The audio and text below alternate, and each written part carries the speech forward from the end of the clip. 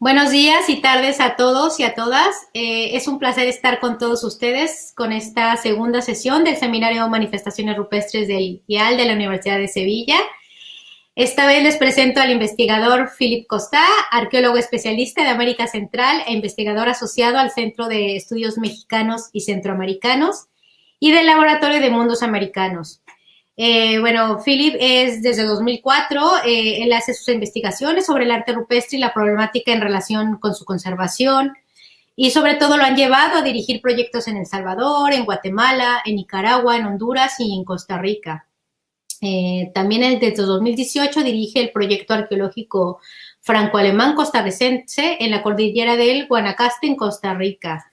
Creo que, también tiene muchos artículos, muchas investigaciones que les recomiendo que los visualicen en Academia Edu. Y a diferencia de otras regiones, creo que la zona del Salvador y, también Costa Rica, aunque no lo veamos en este momento, pues conocemos poco, y creo que también es clave para un espacio tan interesante y, si le podemos llamar, liminal, ¿no?, de la posible conexión entre lo que llamamos Mesoamérica y las culturas del sur en América Latina. Bueno, sin más, Philip nos Bien. presentará arte rupestre, territorios y cronología en el arte prehispánico. Muchísimas gracias, Philip, por aceptar esta invitación, y te dejo la Gracias, pantalla. gracias, muchas gracias a usted por la invitación. Entonces vamos a ver, les voy a enseñar, les voy a hablar del arte rupestre del Salvador, con la presentación, ahí está, la pueden ver. Entonces, arte rupestre, territorios y cronología en El Salvador, prehispánico. Vamos a hablar también un poco de efectivamente fronteras culturales entre Mesoamérica, el área intermedia, y les voy a presentar la zona central de interacción cultural que se ubica donde más o menos alrededor y sobre El Salvador. Entonces, El Salvador se encuentra en Centroamérica, como hemos dicho, al sur el Pacífico, al oeste Guatemala, norte Honduras y al este Nicaragua. Es un país pequeño, es el más pequeño de Centroamérica, tiene 20.742 kilómetros cuadrados.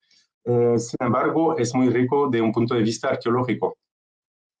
También es un país del punto de vista geológico muy joven, que tiene 20 volcanes activos en el país.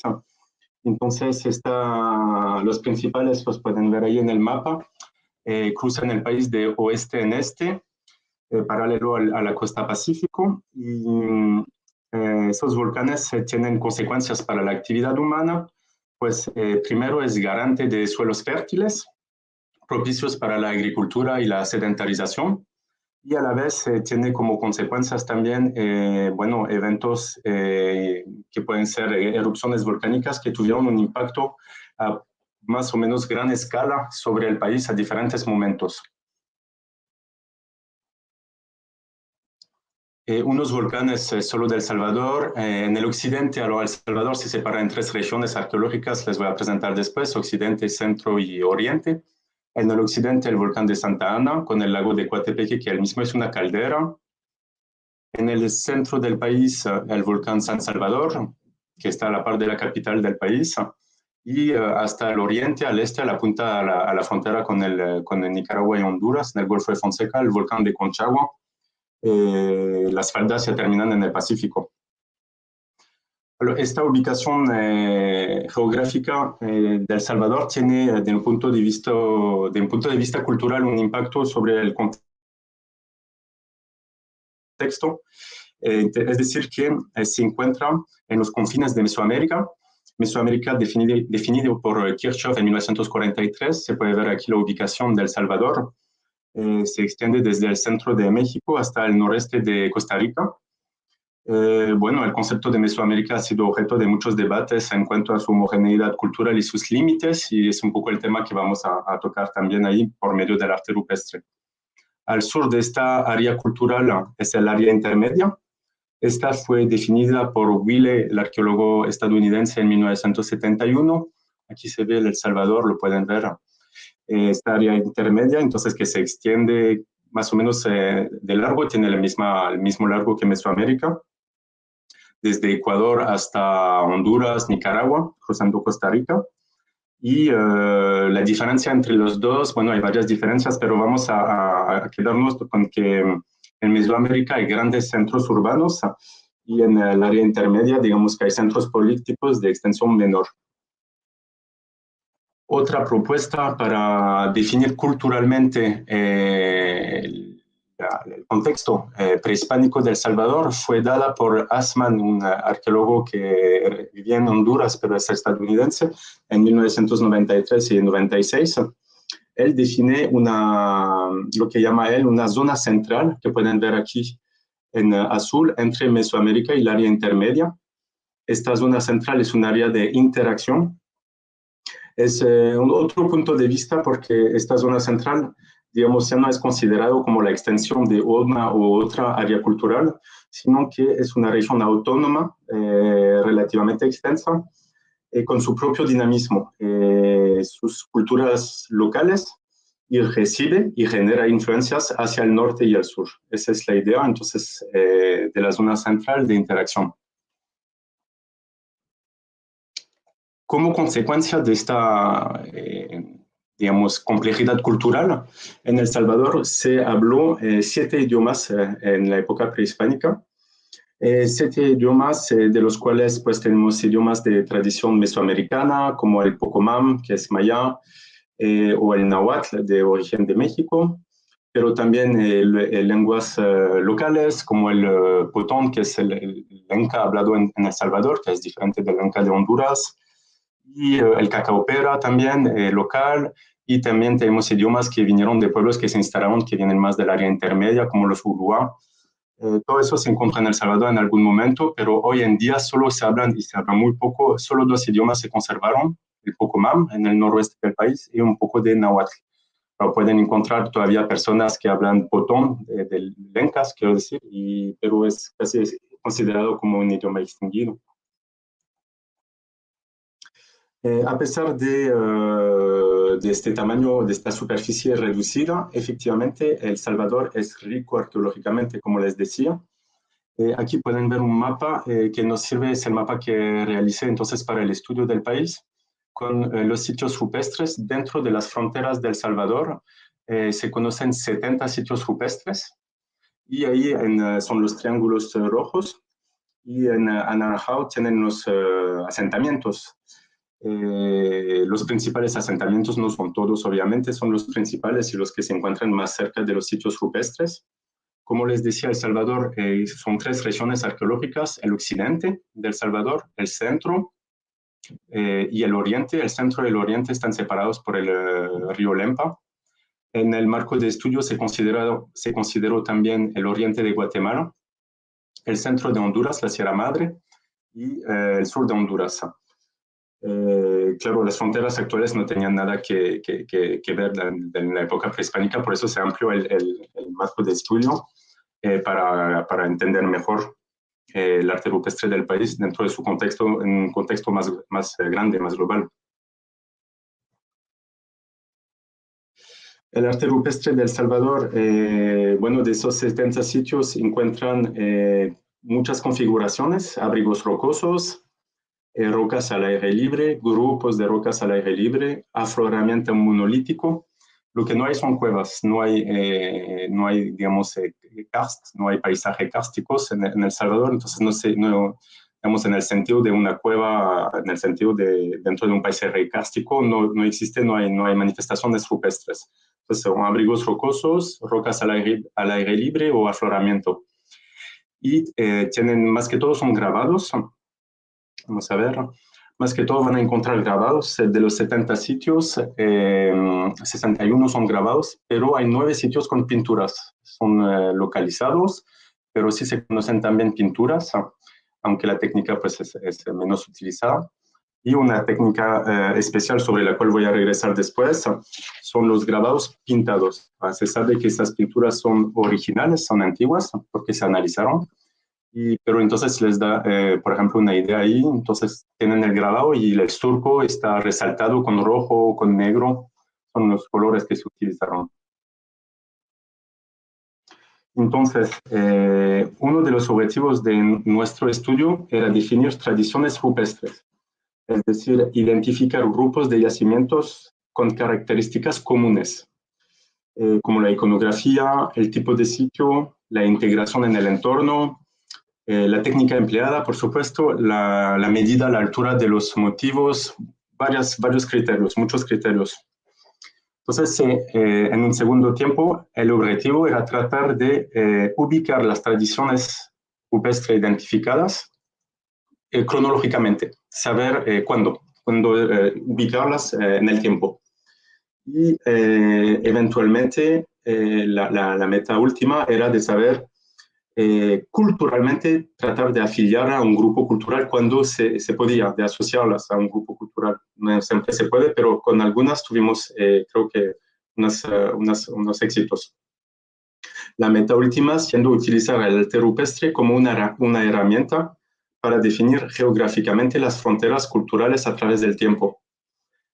Anteriormente, las fronteras culturales solo habían sido definidas más que todo por medio del estudio de la cerámica y también de la lítica o de los vestigios arquitectónicos. Ahora bien, la cerámica es un producto comercial, de intercambio, al contrario del arte rupestre, que refleja profundamente la identidad cultural del grupo que lo realiza. Cuando van a hacer cerámica, si quieren intercambiarla, van a hacer que guste al otro grupo, si la quieren intercambiar con otro grupo. En el caso del arte rupestre, no, es hacia el grupo mismo. Entonces, por eso esa conexión más fuerte. Además, tiene un vínculo íntimo con el espacio geográfico, eso es muy importante en el estudio, porque, bueno, es inamovible, ¿no? El arte rupestre tiene la particularidad que se aprecia in situ. Entonces, donde lo van a observar es donde fue creado. Es esa relación con el territorio. Entonces, esas tradiciones rupestres se tomaron en cuenta varias características y también se introdujeron una base de datos que fue metida en un sistema de información geográfica. Reúne 60 criterios para cada yacimiento, incluyendo una clasificación tipológica, que es la que están viendo. Bueno, esa clasificación tipológica tiene dos grandes categorías, figurativo y no figurativo. Después adentro van a encontrar 17 tipos y 106 variedades. Aquí lo que pueden ver es solamente la clasificación de los zoomorfos, con el tipo de zoomorfo y el sitio donde se observó y cuántos se observaron. Y en base entonces a toda esa base de datos y con la implicación del sistema de información geográfica, vamos a poder ver dónde están las tradiciones rupestres y de qué se componen, qué hay en estas tradiciones rupestres. El análisis se hace con el programa de QGIS, que es un programa gratis para hacer sistemas de información geográfica. El marco de estudio, como les decía, bueno, es un poco más ampliado que las fronteras propias de El Salvador. Abarca al final 70.000 kilómetros cuadrados, las tierras altas orientales de Guatemala, una buena parte, la Sierra Madre de Honduras, el Golfo de Fonseca, una pequeña parte de Nicaragua, pero ahí no se hay sitios rupestres. Otra herramienta que se empleó para ubicar justamente las tradiciones cronológicamente son los sondeos arqueológicos. Pudimos hacer sondeos arqueológicos en 6 abrigos rocosos y en 5 rocas al aire libre. Entonces ahí tienen uno que vamos a ver después, muy importante. Y este otro que nos dio es una roca al aire libre, a pesar del tamaño gigantesco, es una roca. Nos permitió ver que, por ejemplo, en este caso los grabados seguían debajo del nivel del suelo actual. Entonces hicimos trabajo así que nos permitió también profundizar con la estratigrafía de los sitios.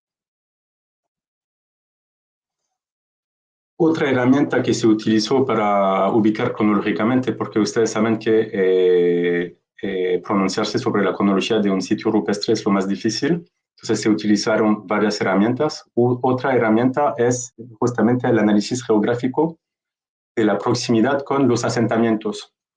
Es decir, si tienen un sitio rupestre y que alrededor tienen 5 asentamientos de una época particular, hay más probabilidad que el sitio rupestre sea de esta cronología. Digamos, es un indicio más que puede decir que es de esta cronología. Eso fue utilizado como una herramienta. Entonces se hizo un análisis viendo la iconografía, viendo esta proximidad, viendo los sondeos arqueológicos y el contexto también arqueológico general del país para tratar de ubicar las tradiciones en el tiempo. Se tomaron en cuenta al final 113 sitios rupestres, todo con los 70 del Salvador y alrededor, y 95 asentamientos. Y todo eso en la base de datos. Y también se pudieron identificar 28 tradiciones rupestres, que son los grupos de sitios. No vamos a verlos todos hoy, sino vamos a pasar el día o la noche. Y esos sitios, esas tradiciones se desarrollan en El Salvador, hablo solo del Salvador, desde el Preclásico Medio hasta la época colonial. Tenemos tradiciones rupestres muy simples, pero existen. Y lo que propongo ahorita es presentarles algunas de estas 28 tradiciones rupestres que marcan la historia, digamos, de la producción rupestre dentro del país. Entonces, como les decía, aquí ven, entonces, bueno, la cronología que usamos es la de Mesoamérica. Estamos, claro, en Mesoamérica para los sitios arqueológicos, es la cronología que se usa en El Salvador. Entonces, tenemos preclásico, las fechas solo preclásico medio y tardío. Ahí tienen las fechas, menos 900, 400. El tardío de 400 a 200 son las que se usaron. El clásico de 200 a 625. Y después tardío, terminal, y el postclásico temprano y tardío. Y hay unos sitios rupestres que marcan cada periodo. Bueno, entonces, el arte rupestre de El Salvador empezaría, según el estudio, en el preclásico medio. Empieza con este sitio que se ubica, aquí pueden ver en el mapa de El Salvador, estamos en el cuarto suroeste. Empezaría, aquí estamos la frontera con Guatemala, en este sitio se llama Las Victorias, lo vamos a ver, y alrededor pueden ver, y todo eso son asentamientos que son del preclásico medio en una zona, entonces donde hay muchos sitios de asentamiento del preclásico, muy cercanos además. El sitio, pues lo ven aquí, es una roca al aire libre de estilo olmeca. Entonces, este estilo permite fechar fácilmente, digamos, la producción rupestre. Esta roca al aire libre se encuentra hoy en día en un sitio arqueológico de Tazumal, entonces está protegida, está muy bien conservada y se puede ver el bajo relieve. Es el ejemplo rupestre más sureño de estilo olmeca y es el único en El Salvador que hay, solo está este de estilo olmeca. Existen otros sitios olmecas en Mesoamérica, por ejemplo en Guatemala tienen el Diablo Rojo de Amatitlán, que es una pintura. Si van en México, en Chiapas, tienen el bajo relieve de Pirejiapan y hasta Morelos tienen los grabados de Chalcatzingo, donde hay tradición olmeca, estilo olmeca, vamos a decir. Entonces, este es lo que marca el inicio, digamos, de la producción rupestre en el país. Varios investigadores piensan que las victorias, aquí es un levantamiento de las victorias, lo que ven, de las diferentes caras de la roca, hubiera sido producido en 800 antes de Cristo, más o menos.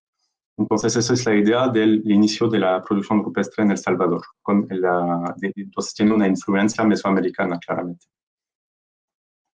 Después va a pasar mucho tiempo antes que hayan nuevos sitios producidos y hay un evento muy importante para la historia de El Salvador. Es un marcador cronológico esencial, digamos, para los arqueólogos. Es una explosión del volcán Ilopango. Es una erupción pliniana, digamos, catastrófica para la ocupación humana. Un cataclismo. Prácticamente todo el volcán durante varias erupciones se vaporizó. Y entonces aquí pueden ver, esos son un estudio que hicieron los geólogos, son las capas de cenizas. El volcán ahora es una caldera, no queda solo un lago. Y ese es el depósito de cenizas. Entonces ahí tienen 1 metro, 50 centímetros, 30 centímetros, lleva hasta Honduras donde hay 1 centímetro. Entonces cubre todo El Salvador, lo rellena de lo que llamaron los arqueólogos un desierto blanco, realmente todo el centro del país. Hay capas de hasta, si están en El Salvador más cerca, de hasta 2 metros de cenizas. Y bueno, cuando van a hacer excavaciones en El Salvador, cuando encuentran la ceniza blanca, saben que es la erupción del volcán Ilopango. Esa ceniza blanca tiene un nombre, se llama la Tierra Blanca Joven, TBJ, y es un marcador cronológico súper importante. La única dificultad es que los geólogos lo han fechado de varios años. Digamos, en los años 70, cuando fue descubierto y estudiado, se pensaba que esta ceniza era del 260 después de Cristo. Más recientemente, al inicio de los 2000, se pensaba que la erupción pasó en el 420, 435 después de Cristo. Y hoy en día, bueno, en 2010, el último fechamiento dice 535 después de Cristo. Entonces, se imaginan que cada vez que los geólogos cambian la fecha, hay que volver a organizar toda la arqueología del país prácticamente, porque como es un marcador primordial que se encuentra por todos lados, entonces de repente todas las interpretaciones tienen que cambiar. Bueno, eso les cuento porque es muy importante por lo que sigue. Después de esta erupción, para el estudio nos quedamos con la fecha más reciente, ¿verdad? Del 535 después de Cristo. Después de esta erupción empieza el clásico tardío en Mesoamérica. Es una influencia muy fuerte, es la época de auge de la cultura maya y su periodo de máxima extensión hacia el sur de Mesoamérica. Entonces podríamos pensar que vamos a encontrar motivos de la iconografía maya en El Salvador en este momento. ¿Qué es la iconografía maya? Pues en Guatemala tenemos ejemplos, tenemos serie de glifos, personajes haciendo rituales, espeleotemas, eso lo vimos la semana pasada, si vieron la conferencia, es decir, retocar un poco una estalactita, una estalagmita para que de repente salga una cara humana, como en este caso aquí sería más bien un zoomorfo, tal vez un sapo, en la boca y el ojo. Entonces, con algunos detalles, de repente salen las imágenes de la propia cueva. Pero eso, en realidad, en El Salvador no existe. Lo que vamos a ver en El Salvador son influencias, van a ver muy, no alejadas, pero influencias nada más de la iconografía maya sin tener claramente motivos iconográficos de las tierras bajas, por ejemplo, de Guatemala. Entonces, un sitio que vamos a ver, son dos sitios donde se encuentra esa influencia, Las Caritas aquí en el número 2 y Igualtepeque el número 6, la playa de los petroglifos. Es más discutible, no lo vamos a ver. Ven que estamos cerca de la frontera con Guatemala, donde están los grupos maya. Entonces, donde se encuentra un motivo que se parece a la iconografía maya es en Las Caritas, el primero que les enseñé, al suroeste de El Salvador. Es un abrigo rocoso, el de Las Caritas, donde se plasmaron muchas caritas, son caras simples, un círculo con 2 puntos para los ojos y una línea para la boca, a veces la nariz, pero hay unas más complejas. Y en este sitio, donde pueden ver, hay como 65 caras grabadas. Hay una que está aquí, que se parece a un glifo maya. El glifo es Arpu. Y bueno, se ven semejanzas, entonces quizás una influencia maya ahí en la iconografía de este sitio. Otro sitio muy importante para El Salvador, porque tiene muchas rocas grabadas, es la playa de los petroglifos, aquí a la frontera, en el lago de Igualtepeque, en el lago de Guira, perdón, en la isla de Igualtepeque, aquí ven la isla. Entonces es una isla muy particular porque es una isla durante la temporada de lluvia, pero en la temporada seca se puede ir caminando. Y todo alrededor de esta isla hay rocas grabadas, son muchas rocas grabadas, son 104 rocas grabadas con 224 petroglifos. Aquí pueden ver los niveles del agua en temporada seca, y esa es la misma roca. Y en temporada de lluvia pueden ver que sube casi hasta acá. Esa es la misma roca. Es un sitio muy importante. Y aquí el arqueólogo Andrea Stone ha identificado un motivo en una roca que se parece a la cerámica pintada de Copán del 600 después de Cristo. Entonces aquí pueden ver la imagen, se trata de un antropomorfo con cabeza de hongo. Y aquí tenemos una influencia del grupo maya, pero fuera de eso no vamos a encontrar serie de glifos ni nada por el estilo. En cambio, lo que es muy presente de esta época es otra tradición rupestre que no tiene nada que ver con los mayas. Es la tradición más representada en todo El Salvador porque agrupa 17 sitios. Entonces es muy importante. Son 5 sitios acá en la costa, un paquete aquí de sitios, 7 sitios acá en el centro del país y otros en el oriente.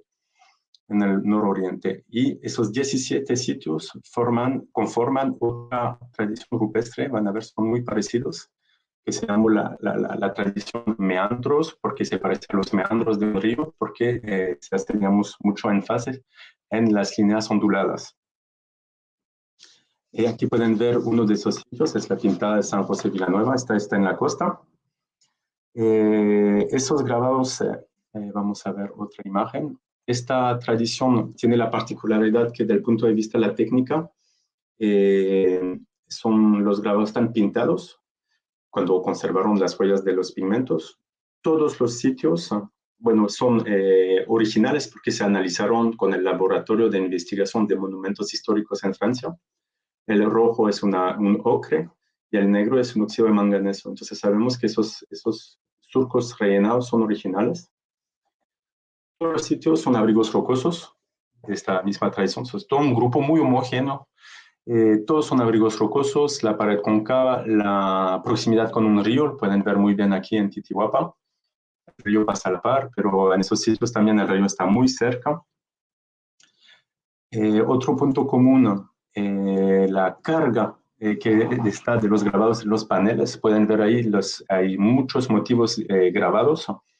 Son siempre más de 20 por lo menos, pero hay un sitio donde se contabilizaron 1.400 unidades gráficas. Entonces, muy, muy denso. Y ahí, entonces, la idea era encontrar la cronología de estos sitios. Bueno, hicimos 2 sondeos en 2 sitios diferentes, en 2 grupos distintos.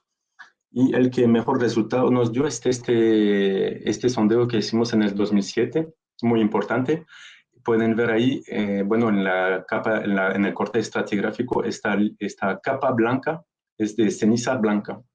Y en realidad pudimos comparar con muestras de la tierra blanca joven del Ilopango, y se trata de tierra de esa misma ceniza volcánica. Es decir, que la erupción volcánica tiró la ceniza y esa ceniza llegó en este abrigo rocoso y se quedó ahí. Cuando ustedes caminan ahí en el suelo, es como caminar en la arena, se levanta todo el polvo. Entonces, como tenemos fechamiento de esta erupción, y otro punto importante es que cuando observan los grabados en este sitio, los grabados están al nivel de una persona de pie frente a la pared, encima de pie sobre la capa de ceniza. Entonces, pues se asume que son posterior, ¿no?, a la erupción volcánica, porque el suelo en el abrigo antes de la erupción está a 2 metros más abajo. Entonces, pues eso nos permitió decir que era posterior y asumimos entonces que este grupo, este sitio, y nos permitió fechar la tradición completa, es posterior a la erupción desde el Clásico tardío. Lo hemos relacionado con el grupo cultural de los Lencas. Es interesante porque siempre se pensó que los Lenca es el grupo más importante que estaba en comunicación con los Maya, pero se pensó que siempre vivió en el oriente del país. Y en realidad esos sitios rupestres atestiguan de su presencia en el centro del país, ¿no? Y es claramente, bueno, una prueba pues, de una presencia de otro grupo cultural frente a los maya en el centro del país, en el Clásico tardío. Bueno, es entonces una tradición muy importante de la tradición meandros, pero no es la única del Clásico tardío. Hay muchas más pequeñas en el país, les voy a enseñar unas cuantas más que son muy interesantes. Una que llama mucho la atención es una pequeña tradición rupestre que se extiende nada más entre 4 sitios, estamos en el cuarto noreste del país. Y, están separados estos sitios de apenas 11 kilómetros, en un radio de 11 kilómetros, y todos son abrigos rocosos con pinturas, entonces muy diferente. Son grandes abrigos rocosos con pinturas que pueden acoger muchas personas. Los motivos figurativos predominan y, sin embargo, no se identifica un contenido narrativo. Los antropomorfos son sistemáticos en los 4 sitios. Bueno, ahí tienen un ejemplo muy famoso de esas pinturas en amarillo, esos gemelos en amarillo que fueron pintados encima de este personaje rojo. Y aquí son 2 sitios diferentes. La Peña de la Sirica a la izquierda, con un tratamiento de la imagen con Destretch, Y en Corinto, entonces se ve el mismo personaje de pie con este tocado y encontramos el mismo. Entonces es muy parecido la iconografía de estos 4 yacimientos. El sitio mayor de esta tradición es Corinto. Es un sitio excepcional también en El Salvador por la cantidad de pinturas que tiene, más de 200. Y ahí se realizaron excavaciones en 1977 por el arqueólogo alemán Aberland y otra excavación en 1998, y Aberland encontró material cerámico, lítico y obsidiana del Clásico tardío. Entonces, según los resultados de esta excavación, asumimos que la producción, relacionamos, digamos, el material encontrado en el subsuelo con la producción rupestre y asumimos que es del Clásico tardío. Bueno, hay discusiones ahí porque algunos arqueólogos, algunos colegas piensan que es más antiguo el arte rupestre de Corinto, pero no hay una prueba de eso realmente. Entonces, estaríamos más bien en una época, 600, 900 después de Cristo, y nos permitimos relacionar esta tradición rupestre en un radio muy reducido de 11 kilómetros con un grupo cultural que se llama los Cacaopera, que se encuentran todavía en El Salvador, en la proximidad de los sitios, y que se instalaron según la glotocronología, entonces son los lingüísticos que hacen este estudio, que se instalaron alrededor de 800 después de Cristo. Entonces estamos ahí con muchas indicios, como cosas que se juntan. Los grupos Cacaopera se instalaron ahí a la forma de un enclave, es un enclave lingüístico y todo alrededor solo lencas. Entonces llama mucho la atención que está ese grupo lingüístico y que está esa tradición rupestre muy peculiar, muy particular, con esos abrigos pintados con motivos muy parecidos en un lugar preciso donde existe un grupo lingüístico. Entonces, hacemos la asociación.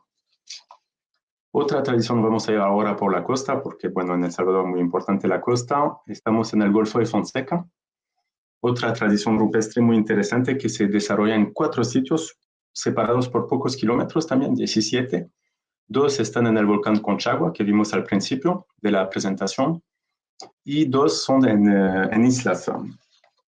Pero esos sitios no tienen nada que ver, son rocas al aire libre, incluso un grupo de rocas al aire libre, siempre están a proximidad de otros sitios rupestres y de asentamiento. Los paneles son saturados, como pueden ver en esos 2 sitios. Son solo motivos no figurativos. No tienen ninguna superposiciones, no tienen círculos concéntricos y siempre se encuentran líneas onduladas paralelas en todos los sitios. Entonces, en 2012 realizamos una excavación al pie de una de estas rocas al aire libre y encontramos un poco, no mucho, en las rocas al aire libre no se encuentra mucho material, pero encontramos un poco de material del Clásico tardío. Y después, pues la realidad es que todos estos sitios están cerca de asentamientos que son todos del Clásico tardío, y una sepultura también que fue excavada en un conchero también del Clásico tardío, y hay 24 concheros que se piensan que son todos de esta época. Entonces, se ve que hubo una ocupación muy intensa durante esa época, y bueno, los sitios están cerca, todos los sitios rupestres están cerca de los sitios de asentamientos, todos los asentamientos son del mismo periodo. Entonces, pensamos que los sitios rupestres son del Clásico tardío también. Y hay otras tradiciones, pero ahí podríamos dar un pequeño panorama de este periodo. Pero más que todo, en resultado es este mapa. Para el Clásico tardío tenemos 9 tradiciones rupestres que permiten atestiguar del mosaico de las culturas distribuidas en el territorio salvadoreño. En el mapa tienen esas líneas discontinuidas que delimitan al oeste el área cultural que tiene más relación con los mayas de este lado. Entonces, no hay sitio rupestre o pocos que tienen como que se ven rasgos un poco que recuerda la iconografía maya, pero los sitios de asentamientos, las sepulturas, sí, se ve que hay muchas relaciones. En el centro, entre esas 2 líneas, tienen la zona central de interacción cultural. Se caracteriza, como lo pueden ver, por un ensamblaje de tradiciones rupestres, son varias, aquí cada color es otra, que son limitadas geográficamente y donde se mezclan influencias, pueden encontrar influencias mesoamericanas o más que todo locales.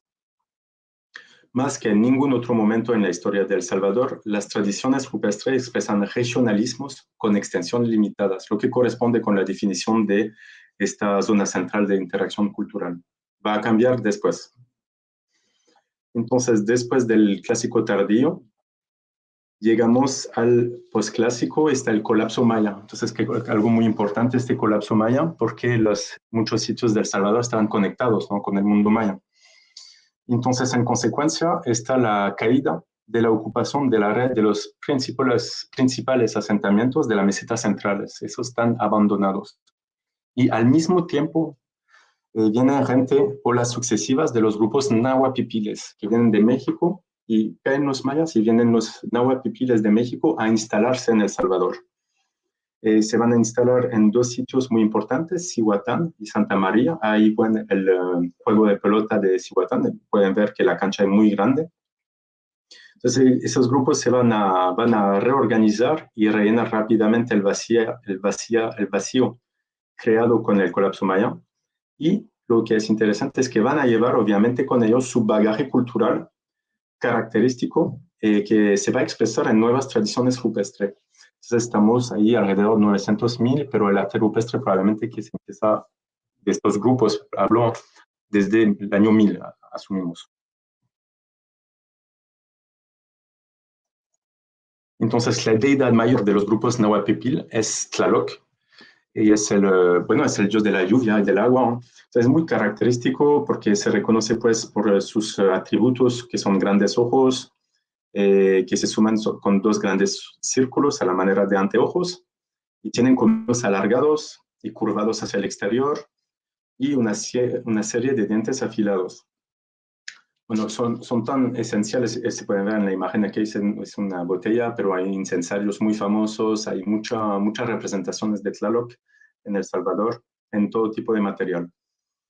Y a veces es tan importante los ojos y la boca que a veces solo los ojos ya sabemos que es Tlaloc, o solo la boca es suficiente para identificar una representación de Tlaloc.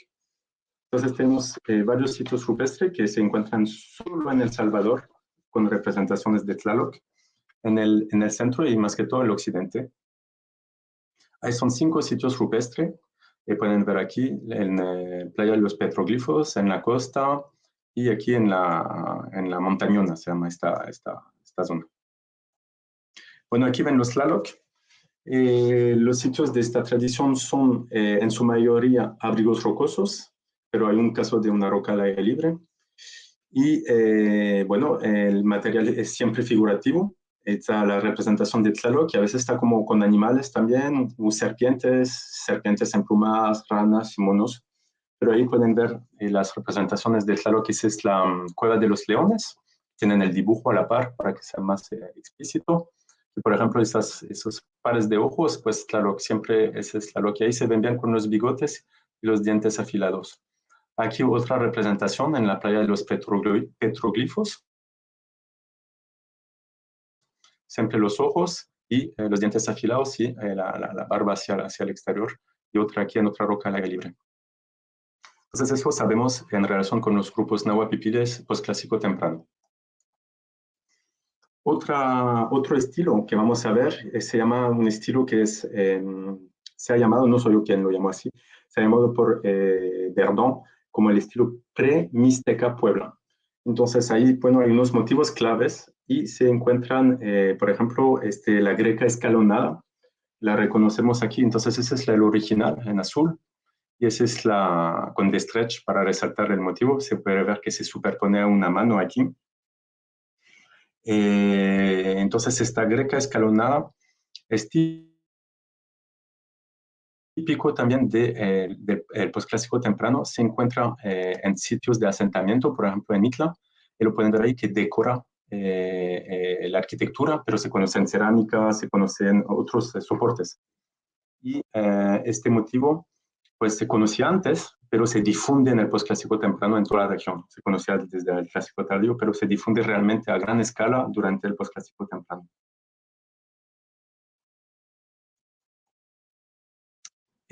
Otra representación que va a inaugurar el regreso, la llegada de los grupos nahuapipiles, es el regreso en El Salvador de las escenas narrativas. Entonces eso ya se había dejado desde los Olmecas con las victorias. Bueno, aquí tenemos una escena narrativa que está en Guaymango. Hay dos sitios en El Salvador donde se piensa que están descritas escenas narrativas. Entonces en Guaymango, bueno, además aquí tienen un Tlaloc. Y aquí hay un personaje de perfil con un pectoral, orejera, la mirada solemne con las cejas fruncidas y se encuentra frente a lo que parece ser flujos que brotan del cuello de otro posible personaje. Entonces, claro, la imagen cuesta un poco leerla, pero se ve que ahí hay una representación se piensa que es una escena de sacrificio y recuerda esta escena de la cancha de pelota de Chichén Itzá, donde está ese personaje y ahí un personaje se le cortó la cabeza y salen las serpientes aquí del cuello del personaje y bueno, una semejanza aquí. También pues eso, Chichén Itzá es clásico terminal, aquí estaríamos pues clásico temprano, pero se ve esa influencia pues de la iconografía mexicana que se desarrolla en El Salvador por la llegada de esos grupos nahuapipiles, es su bagaje cultural. Entonces, para resumir, en el postclásico temprano, entre 1000 y 1200, 250, la zona central de interacción cultural se contrae. Entonces, tenemos los grupos nahuapipiles, claramente mesoamericanos, ocupan el occidente y una parte del centro de El Salvador. Y mientras el área intermedia también empuja del otro lado. Y al final, en esa zona central de interacción, digamos, como tradiciones locales salvadoreñas, hay pocas. Está aquí los sitios de la Montañona y, bueno, un par de sitios acá, pero ya se contrae muchísimo. Pues es eso, es una cosa que se ve la flexibilidad, digamos, de la dinámica de estos límites, de esas fronteras, ¿no? Llegamos al postclásico tardío, estamos entre 1200, 250 y 1537 hasta la llegada de los españoles. Pues alrededor de 1200 pasa algo muy importante en el país. Cihuatán y Santa María están encendidos, están quemados, están abandonados. Y nuevos centros aparecen en otros lados, probablemente debido a eso a otro grupo cultural que viene de México y que se instala y se pelean y pues cambia otra vez el juego ahí de los grupos culturales. Y la actividad rupestre parece disminuir en este momento, pero la calidad de las obras conoce un apogeo correspondiente con la difusión del estilo muy conocido, del estilo Mixteca Puebla, que se difunde alrededor de 1250. Entonces, ese estilo se conoce en cerámica, pinturas murales, en los códices, que es lo que se pueden ver ahí, y en las pinturas y grabados rupestres de México y de Centroamérica. El estilo Mixteca Puebla se encuentra en abrigos rocosos con pared vertical. La técnica privilegiada es la pintura, sin embargo, el grabado se conoce también. Los lugares no son propicios para acoger grupos muy importantes de personas, son estrechos y accidentados, más indicados para asambleas de grupos reducidos. El tema figurativo es permanente, son serpientes, que son los más comunes, serpientes emplumadas, una suntuosa pintura de jaguar aquí que pueden ver en la Cueva Pintada de San Francisco de Honduras. Entonces ahí tenemos el estilo Mixteca Puebla claramente. Esos dos ejemplos son de la Sierra Madre de Honduras. Y si vamos en El Salvador, tenemos también un sitio que se llama el Cañón de la Cueva del Chumpe, donde pues ahí se ha identificado Zipactli, que es el monstruo terrestre, que se conoce en códices también. Bueno, tiene el cuerpo ahí entrelazado, que parece otro motivo que se ha difundido súper importante para los mexicas, que es el símbolo Malinali, que es esta trenza, y bueno, que es un motivo central de la cosmovisión de los mexicas, y que se difunde en el postclásico tardío. Pues tenemos otro sitio ahí, otra época, y otras comparaciones que podemos asumir, pues, la cronología. Al final, los últimos ejemplos de la producción rupestre del estilo Mixteca Puebla constituyen las obras pictóricas y esculturales más acabadas. El reconocimiento de una zona central de interacción cultural en este periodo no tiene más fundamento porque el estilo Mixteca Puebla es retomado por los grupos culturales locales, está de moda y todos hacen Mixteca Puebla. Entonces, desde ese momento el arte rupestre no nos permite ya como establecer como ver tradiciones de grupos reducidos o alejados, porque casi todos hacen Mixteca Puebla. Y entonces las tradiciones locales son muy reducidas y no se reconocen más fronteras culturales en este momento por medio del arte rupestre en el país. Bueno, en conclusión, solo quería decir que la posición geográfica de El Salvador es en una zona de interacción tuvo consecuencias sobre la producción rupestre, como lo hemos visto. El arte rupestre es un rasgo característico de la ritualidad de las culturas que se sucedieron desde el preclásico medio hasta el posclásico y durante el clásico tardío. Los yacimientos rupestres reflejan algunos de los fenómenos culturales que se sucedieron en el país y puede atestiguar de los territorios de los grupos culturales. Sin embargo, no siempre se puede asociar con grupos culturales. Cuando se pudo determinar una relación con un grupo, en este caso el arte rupestre permite rastrear su territorio, sus creencias y su historia. Eso sería todo.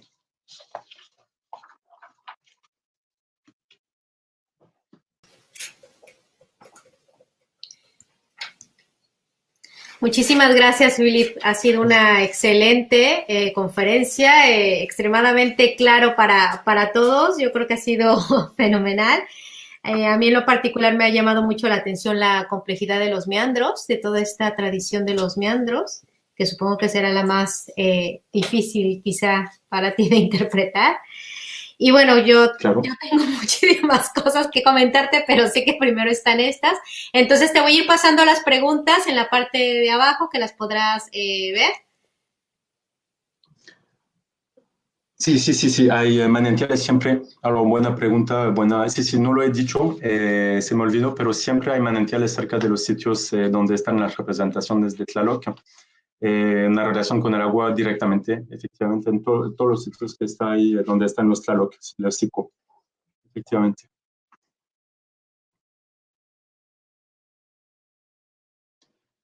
Pre-Mixteca Puebla no son solo las grecas escalonadas, digamos, es un conjunto de motivos que se empiezan a difundir en el posclásico temprano y que tienen una relación con la iconografía mexicana.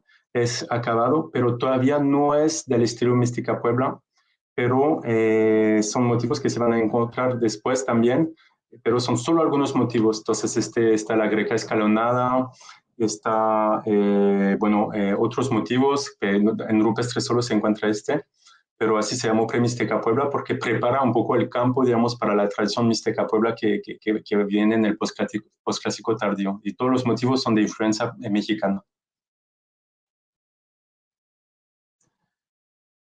Ahora, el problema de la zona, de la relación de Corinto con los sitios de la zona, es que no se conocen los sitios de la zona, no se conocen los sitios de asentamientos, los asentamientos de la zona no se conocen, existen, por supuesto existen, pero es una zona muy poco estudiada, lastimosamente. Y entonces, la relación con los asentamientos no hay, nosotros hicimos excavaciones en un sitio que está en la región, pero que no está directamente asociado con Corinto.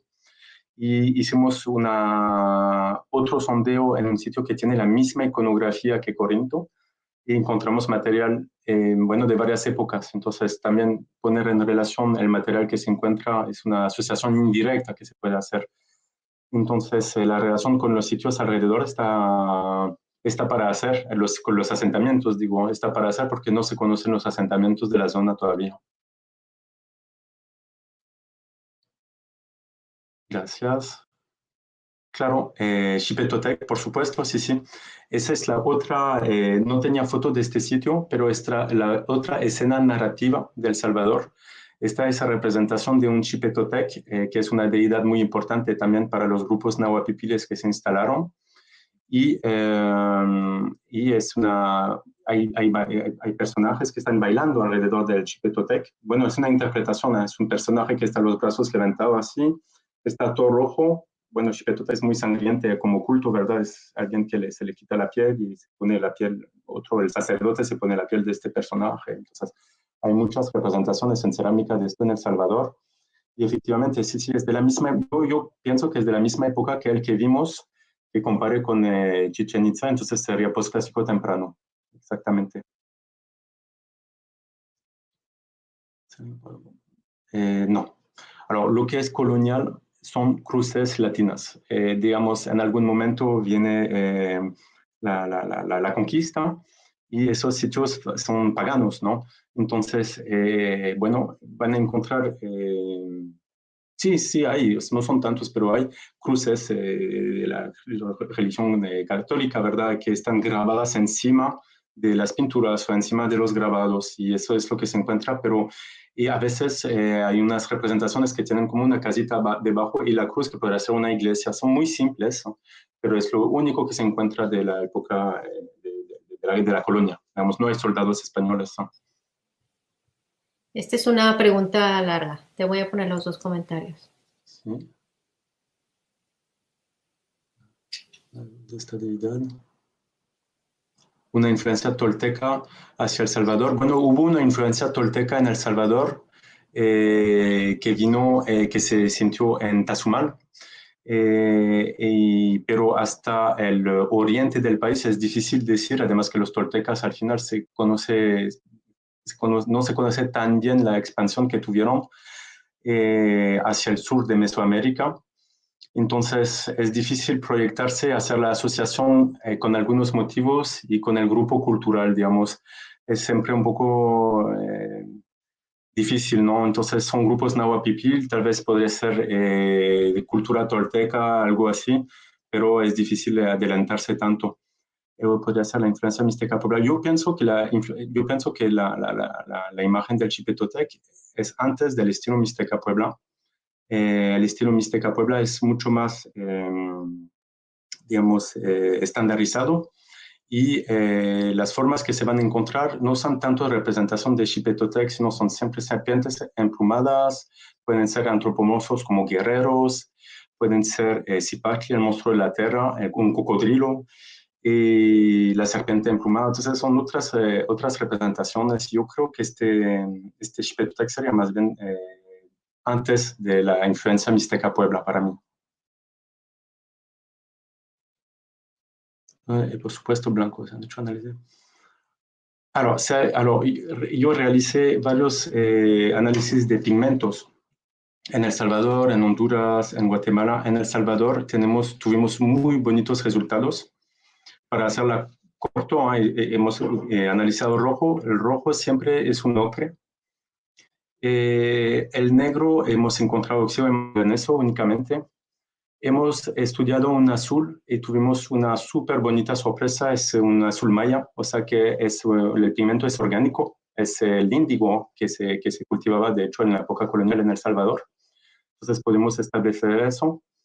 Y el blanco, hemos analizado también blanco y el resultado es una mezcla a base de cal, es una mezcla a base de cal.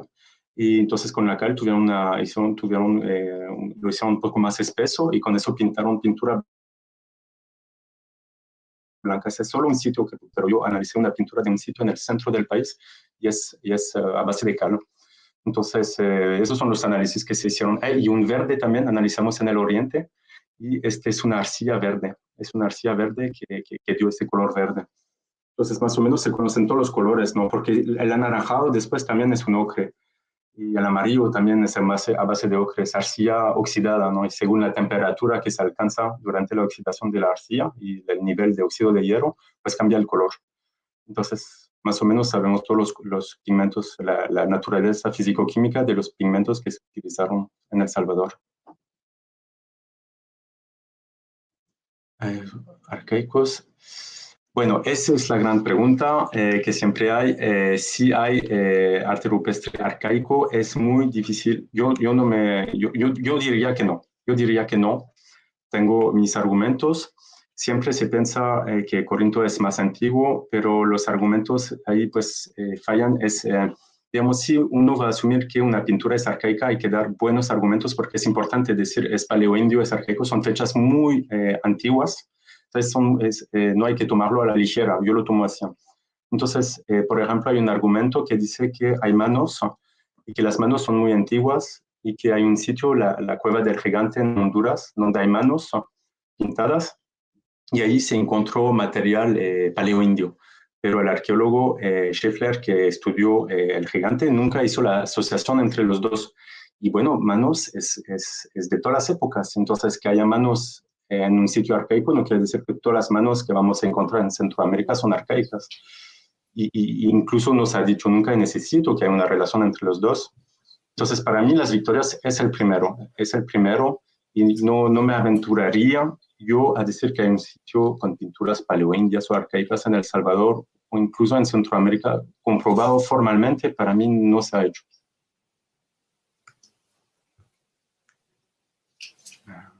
Sí.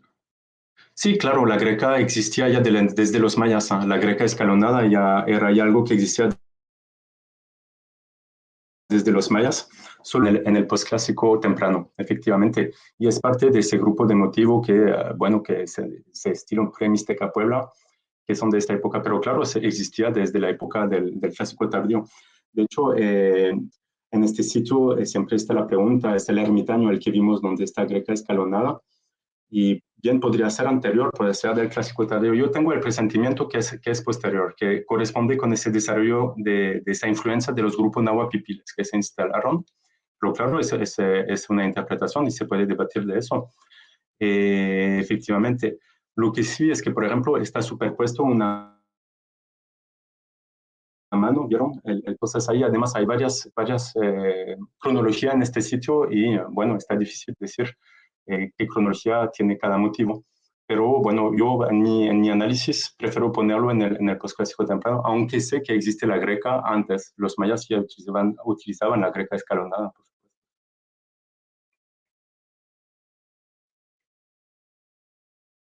Eso es lo que vimos, es que podríamos esperar que haya más influencia de la cultura maya en el arte rupestre salvadoreño, pero son solo influencias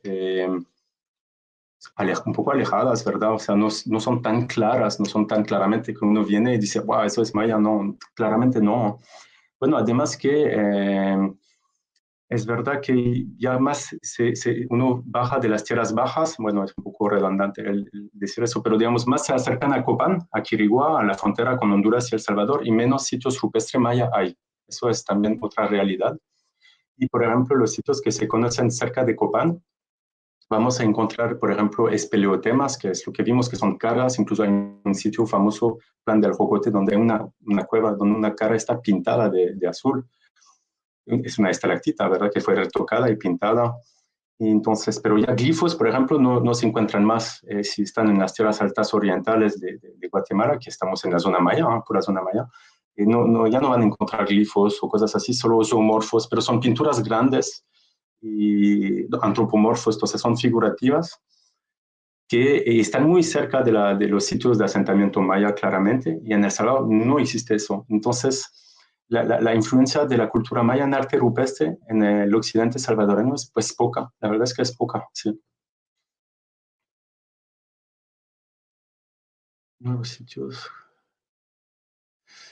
Alors, la metodología aplicada para nuevos sitios, bueno, hay que tomar en cuenta el registro, bueno, hay que pelar toda la bibliografía, ¿verdad? Entonces, todos los sitios de El Salvador están registrados o fueron registrados, entonces hay que ver, claro, antes de decir que es un nuevo sitio, hay que ver todo lo que fue publicado. Yo di la vuelta a toda la bibliografía en mi tesis y por eso saco esa cuenta que son unos 70. Ahora, por supuesto, se van a encontrar más y en realidad son más de 70 porque claro, un año viene un personaje, viene a un lado y encuentra otro sitio, ¿no? Pero entonces hay más sitios. Para el registro, entonces nosotros usamos una metodología siempre la misma, tenemos una ficha de registro, nada más yo la tengo publicada en mi academia, que son varias páginas, entonces empezamos con siempre registro fotográfico, registro topográfico, nosotros tomamos la planta y la sección de todos los sitios y tenemos un montón de datos, ¿no? O sea, los datos administrativos, las medidas, bueno, son toda una serie de datos, hay que ver, siempre se va desde la integración en el paisaje también, bueno, son muchas cosas, pero en base a una ficha de registro, si no siempre a uno se le olvida, más de algo se le olvida, entonces quedar así, metodología siempre la misma aplicada, una ficha de registro es lo mejor. Ser completamente sí, entonces sí, es lo que tratan de hacer, es lo que tratan de hacer para fechar esta ceniza volcánica, y se ha tratado de hacer también con marcadores de carbono que están metidos. Con eso es que sacaron las fechas y esas fechas cambiaron. Y el primer fechamiento era un tronco efectivamente que estaba en la ceniza, y el primer fechamiento en los años 70 pues dado a 260 después de Cristo, pero con las técnicas siempre son más precisas. Entonces de repente analizan otro y encuentran y lo afinan, ¿no? Afinan la cronología. Complicado porque cuando lo fecharon la primera vez, entonces claro, para todos los arqueólogos 260 es como la transición entre preclásico, clásico, súper. Entonces, muy práctico, digamos, la fecha. Entonces, empiezan a hacer, bueno, análisis, interpretar los sitios en base a ese fechamiento. Y cuando 30 años después o 40 años después dicen, no, en realidad este fechamiento se está equivocado, es dos siglos después, tenemos nuevas fechas más afinadas y estamos seguros que es 400 después de Cristo. Bueno, entonces para los arqueólogos es complicado porque hay que volver a ver todo, ¿no? Y hay que aceptar el nuevo fechamiento. Entonces es algo valiosísimo y bueno, puntúa la historia del arco cada rato porque sí es un marcador que tienen casi por todo el país, pero el fechamiento no es tan fácil. Entonces la última fecha es 535, pero quién sabe, ¿no? De repente lo afinan todavía, no sé, pero bueno, la fecha más aceptada hoy en día es desde 535 después de Cristo.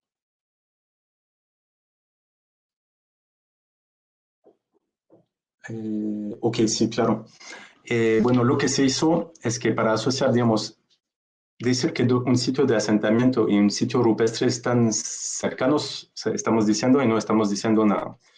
Hay que dar una medida. La medida que se tomó es 6.5 kilómetros.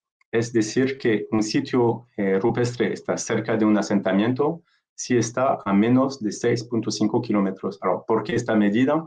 Porque más o menos es hora y media, 2 horas de caminata que los grupos sedentarizados pueden caminar, según los estudios recientes, podían caminar hasta 4 kilómetros para abastecerse, y que en el caso de la visita de un sitio rupestre, pues se podría hacer un poco más porque son visitas puntuales. Entonces se tomó 1,5 kilómetros más, media hora más o menos de lo que caminaban diario, y se echó esta medida de 6.5 kilómetros. Y después el análisis es de ver, digamos, como decía, es como un indicador, es una herramienta. Bueno, cuando tenemos todos los sitios rupestres y los sitios de asentamientos, pues ver la cronología, ¿no? Entonces, como explicaba, si tenemos un sitio de rupestre que está a 2 kilómetros de varios sitios que son todos del mismo periodo, pues nos da como a pensar que efectivamente este sitio es de este periodo. No es el único argumento, ¿verdad? Hay que juntar más argumentos, pero en base a eso se hizo el estudio. Es la medida que es muy importante, 6.5 kilómetros. Esa funciona en El Salvador, pero podría no funcionar en otro país. Por ejemplo, si están en una zona montañosa, ya no tiene sentido, porque no van a hacer tantos kilómetros, recorrer tantos kilómetros en el mismo tiempo, según la topografía, ¿no? Entonces, también se tiene que tomar en cuenta la topografía.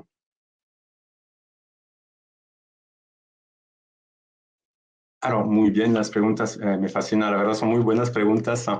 Eh, las hacemos es microscopio electrónico de barrido. Con eso se analizaron los pigmentos. Y para el aglutinante, claro, esa es una pregunta que siempre fascina más porque es más difícil de encontrar rastros de aglutinante. Tenemos dos posibilidades. En dos casos hemos encontrado algo en las muestras.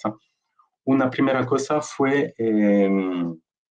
una cosa que podría ser, eso fue con difracción no, transformado de Fourier, no me recuerdo muy bien el nombre, pero podemos encontrar algo que recuerda a la cera de abeja. Entonces podría ser cera de abeja que fue utilizada como aglutinante para pintar, mezclado, ¿verdad? No pura, pero mezclada. Lo que pasa es que no sabemos si es, la hemos reconocido en la muestra, pero el problema es siempre el mismo, es un abrigo rocoso y hay panales en el abrigo rocoso, entonces no sabemos si proviene directamente de la pintura o fue contaminado por los panales de abejas que han estado o en algún momento cerca, no sabemos. Y pues es el único aglutinante que podemos identificar, posible aglutinante. Abrigos rocosos, rocas al aire libre, aforamiento al borde de ríos y grupos de rocas al aire libre y solamente. Paredes verticales en ríos. Y no hay tantos no hay tantos tipos, digamos, de sitio, no hay tantos morfología de tipos de sitio, ¿verdad? No, en El Salvador no, bueno, de hecho no son tantos, para mí son unos cuantos, digamos, la pared vertical, abrigos, rocas, cueva, la tipología de sitios no es tan extensa, digamos. Bueno, exactamente. Además de los diseños, bueno, ese es el problema para fechar. Bueno, se pueden hacer lo que tratamos de hacer nosotros, que es un fechamiento indirecto, ¿verdad? Hacer excavaciones, sondeos arqueológicos controlados en los sitios y asumir que hay una relación entre los dos, una cronología indirecta, ¿verdad? Se podría fechar directamente las pinturas, pero hay que tener carbono, hay que tener negro. En El Salvador, el negro que hemos analizado es óxido de manganeso, no funciona. No, siempre es muy difícil, esa es la gran problemática. Por eso hay que encontrar herramientas, por eso yo utilizo esas herramientas de, por ejemplo, la proximidad con los asentamientos, porque es algo que hay que encontrar herramientas para proponer, ¿no? Cronologías, no estamos siempre en lo mismo. Hay un sitio, no sabemos de cuándo es, no, hay que encontrar formas de poder dar una idea de la cronología, aunque nos equivocamos y después afinamos, eso es parte de la investigación, pero no, son pocos las formas de indicar la cronología. Entre la Greca y lugares con impacto huracanes. No sé, la verdad, para mí la Greca escalonada es solo un símbolo. De hecho, es un símbolo que fue relacionado con la tierra también. Y con los huracanes nunca he escuchado esta relación con los huracanes, no sabría decir si hay una relación entre los dos. Materia prima. Claro, el rojo, he analizado también pinturas en el área maya y el rojo era un ocre, pero el ocre, digamos, es el más común de todo el mundo para hacer una pintura roja. Y he analizado con el Laboratorio de Investigación de Monumentos Históricos pinturas de la cueva de Nartunich, que vimos esas pinturas magníficas que están en Guatemala, donde están columnas de glifos y personajes. Y el negro se ha analizado, se pensaba que venía del carbón de las antorchas que usaban los mayas para pasear en la cueva y para alumbrarse, ¿no? Y el resultado que para nada que ver, es óxido de manganeso. Entonces sí hay una relación, pero el ocre, digamos, se ha utilizado por todos, en todas las épocas. Ocre, rojo, pintura en el paleolítico es ocre también, bueno. El óxido de manganeso, pues para el negro, pues sí, está una relación ahí, pero de ahí a decir que hay una conexión cultural es difícil. Más frecuente, ocre, entonces ocre sería en El Salvador los ocres, ¿no? Ese es el más frecuente y si se analiza, estoy seguro que todos los rojos y amarillos y anaranjados, muy seguro que son ocres, ese es el más frecuente. Bueno, las Victorias es muy conocido en El Salvador. Si vas a Tazumal, está en el sitio arqueológico, lo tienen, ya no está en su lugar de origen, lo desplazaron y está en el oeste del país, entonces está en el sitio arqueológico de Tazumal. Y ahí está la roca súper bien protegida, no tiene ningún microorganismo, o sea, la tienen muy bien conservada, es lo que quiero decir. Está cerca de su lugar de origen. Claro, es mejor no desplazar las rocas, pero la ventaja que tiene es que está en un parque cerrado, entonces nadie lo puede dañar, está bien resguardado del tiempo y de cualquier tipo de vandalismo, digamos, entonces está protegido, ahí está. Gracias. Bueno, tienes muchas felicitaciones. Gracias. Sobre todo esta idea de que precisamente toda tu investigación parece ser que monta el propio estilo, ¿no? Del Salvador a pesar de las influencias. Ahora todavía no han saltado más preguntas. Dice, por favor, el correo de Philip. Bueno, pues ya lo había puesto, lo Muy bien. vuelvo a poner mientras tanto. Oye, Philip, y entonces, o sea, no hay ninguna tradición pictórica contemporánea, sino que hay una continuidad, pero a la vez discontinuidad de estilos. En las pinturas, Ajá. lo interesante de los sitios pictóricos es que todos se encuentran todos menos uno, bueno, son 9, ¿ok? Entonces, 8 se encuentran en la frontera con Honduras y es algo que se utilizó mucho en esta frontera, en esta sierra, porque del lado de Honduras también se encuentran pinturas de los lencas de Honduras, pero son diferentes. Y en El Salvador, no, se ve claramente, bueno, hay manos, en todos los sitios pintados hay manos prácticamente, pero son muy diferentes. Digamos que los que vimos, que yo asocio a los cacaoperas, son muy diferentes de los que vas a ver, por ejemplo, si te desplazas a donde estaban las grecas escalonadas, porque ahí hay varios motivos, no están solo estas grecas, no tienen nada que ver, ¿no? Entonces, sí son bien separados, son. Y hay otro sitio que es súper atípico, que está en el centro del país, sí no está en la cordillera, y de repente hay un sitio con pinturas muy lindo, policromadas de rojo y blanco, con círculos concéntricos, solo motivos, símbolos, no, motivos no figurativos. Y bueno, no sabemos qué hace ahí este sitio, y ahí es donde pude analizar el blanco, y como había dicho, es de cal. Lo interesante de la cal es que en El Salvador solo se conoció desde el clásico tardío. En realidad, antes no hay ningún sitio que usaba la cal para la arquitectura. Entonces, en este caso se puede ver que incluso el análisis de los pigmentos pueden dar como indicaciones de la cronología de los sitios también, ¿no? Pero no hay uniformidad de los sitios pintados, ¿no? Del lado hondureño sí, del lado hondureño todos los sitios pintados en la Sierra Madre se parecen mucho, pero ahí hay un grupo homogéneo que son los lencas de Honduras que están en toda esta Sierra Madre y los sitios son muy parecidos. Es que a nivel arqueológico El Salvador es una cosa muy interesante, ¿no? Sobre todo esta idea de cuando los nahuas van Claro, a repoblar, ¿no? Entonces, claro, bueno, te han saltado más preguntas, que si no tú y yo podríamos. claro. La técnica que para la elaboración de los petroglifos, sí, claro, no he hablado de eso. Pero hay varias técnicas, la que más van a ver es, bueno, en francés se llama bouchardage, pero es decir, las rocas son basaltos, son rocas muy gruesas, muy duras. Entonces, primero percusión y después van a utilizar la abrasión para homogeneizar el surco. Entonces, ya al final, cuando ya lo homogeneizaron, no es fácil decirlo, ya no se ve la huella de la percusión, digamos, ya desaparece la huella de la percusión, entonces son surcos muy bien acabados. Pero también tienen yo le digo picoteado, no sé, martillado, que son solo percusión con una herramienta puntiaguda, entonces que deja solo hoyitos. Entonces hay unos sitios que se pueden ver de esas técnicas, unos motivos, pero no es tan usada, pero claro, se encuentra.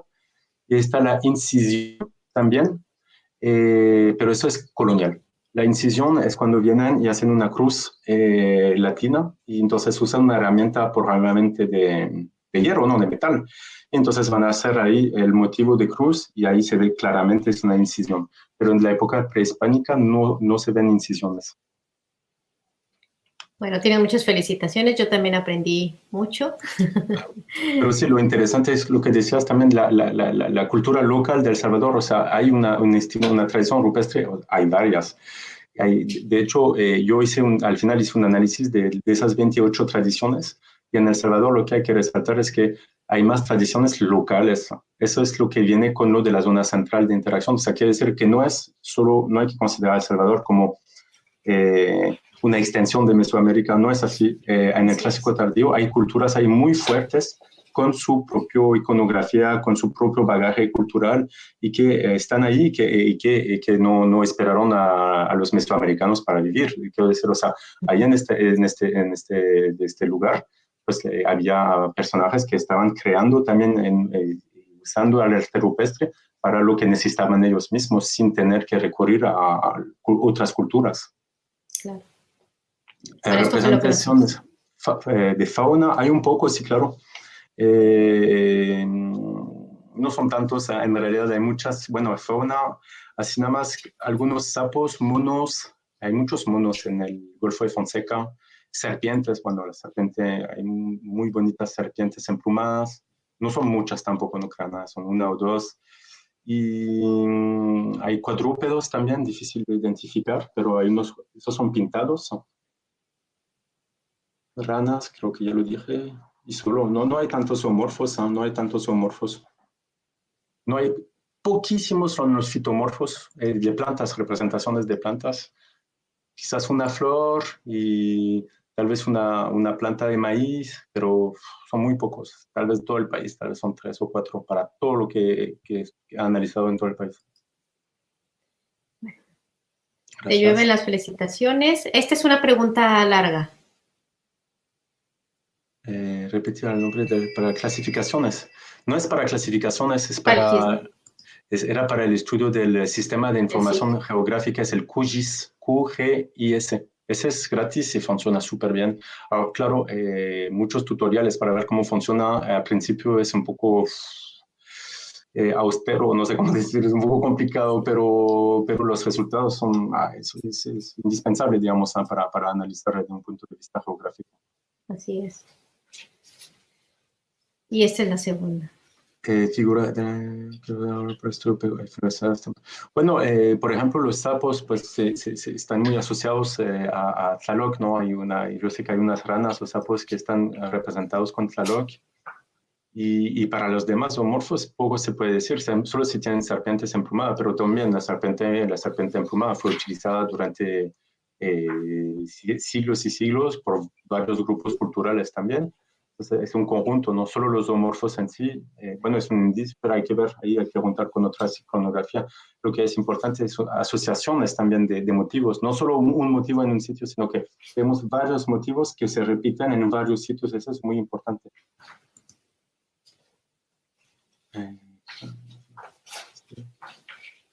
Bueno, entonces la mayoría son claramente, la mayoría del arte rupestre es no figurativo. A mí abstracto me molesta un poco el término porque tenemos el arte abstracto, que es un arte que no representa, hoy en día hablo, que es solo arte por el arte, entonces es bonito, pero en ese momento no creo que haya nada que sea bonito por lo bonito, o sea, todo eran seguramente símbolos y tenía un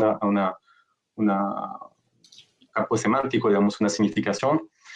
Y entonces para la interpretación, yo soy un poco malo para la interpretación de los motivos no figurativos y entonces no me lanzo tanto porque yo creo que es difícil. Entonces, claro, cuando son motivos que se conocen porque vienen de estilos, los estilos son más generales, se conocen en cerámica, en mítica.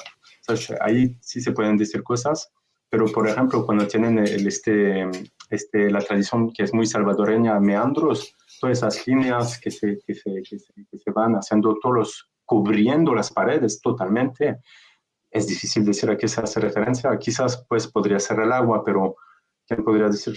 No, lo que pasa es que no se puede comparar con nada en cerámica, con nada en lítica, no tenemos punto de comparación. Entonces, solo con el sitio rupestre es difícil lanzarse. Y se puede decir cosas, pero también es fácil de equivocarse.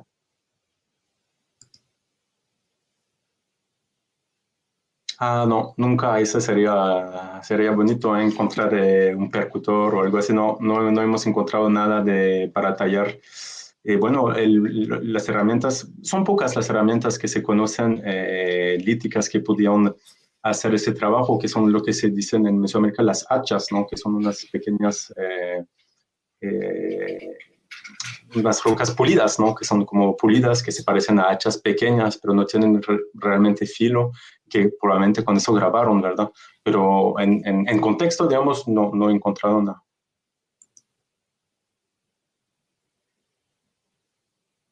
Bueno, lo obtenían de la misma forma que durante el periodo colonial. El azul es índigo, es una planta, entonces es una planta que se tiene que dejar macerar. Y cuando macera, se deja macerar en el agua y cuando se tiene que machucar. Y cuando macera, pues suelta vapor tóxico, no es bueno respirar eso, pero de repente tiñe en azul. Entonces después filtran esa mezcla y la filtran, la hacen que el agua se evapora y queda el polvo que es puro azul, que es el índigo, y con eso se pintaba. Pues eso se conoce desde el azul maya, se conoce desde los mayas, pero en el posclásico se usó de forma, bueno, para los códices y para pintar los murales, pero eran, digamos, lo diluían más durante el posclásico. El azul era mucho más intenso cuando los mayas lo usaban y después era un poco más azul cielo, celeste, diluido, pero el pigmento siempre es el mismo, es el azul maya, es el índigo, es una planta. Bueno, y dejamos ya esta como última porque si no, Claro. te tengo aquí 5 horas.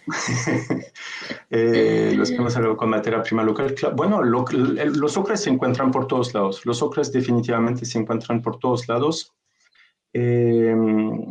Cuando era cuestión del verde, era una arcilla verde también es muy común. Sí, son locales, son locales. Solo el azul maya, que pudimos analizar en un sitio que tuvimos esa sorpresa. Pero, digamos, esa planta del índigo crece en El Salvador, crece y, bueno, de hecho fue explotada durante la colonia.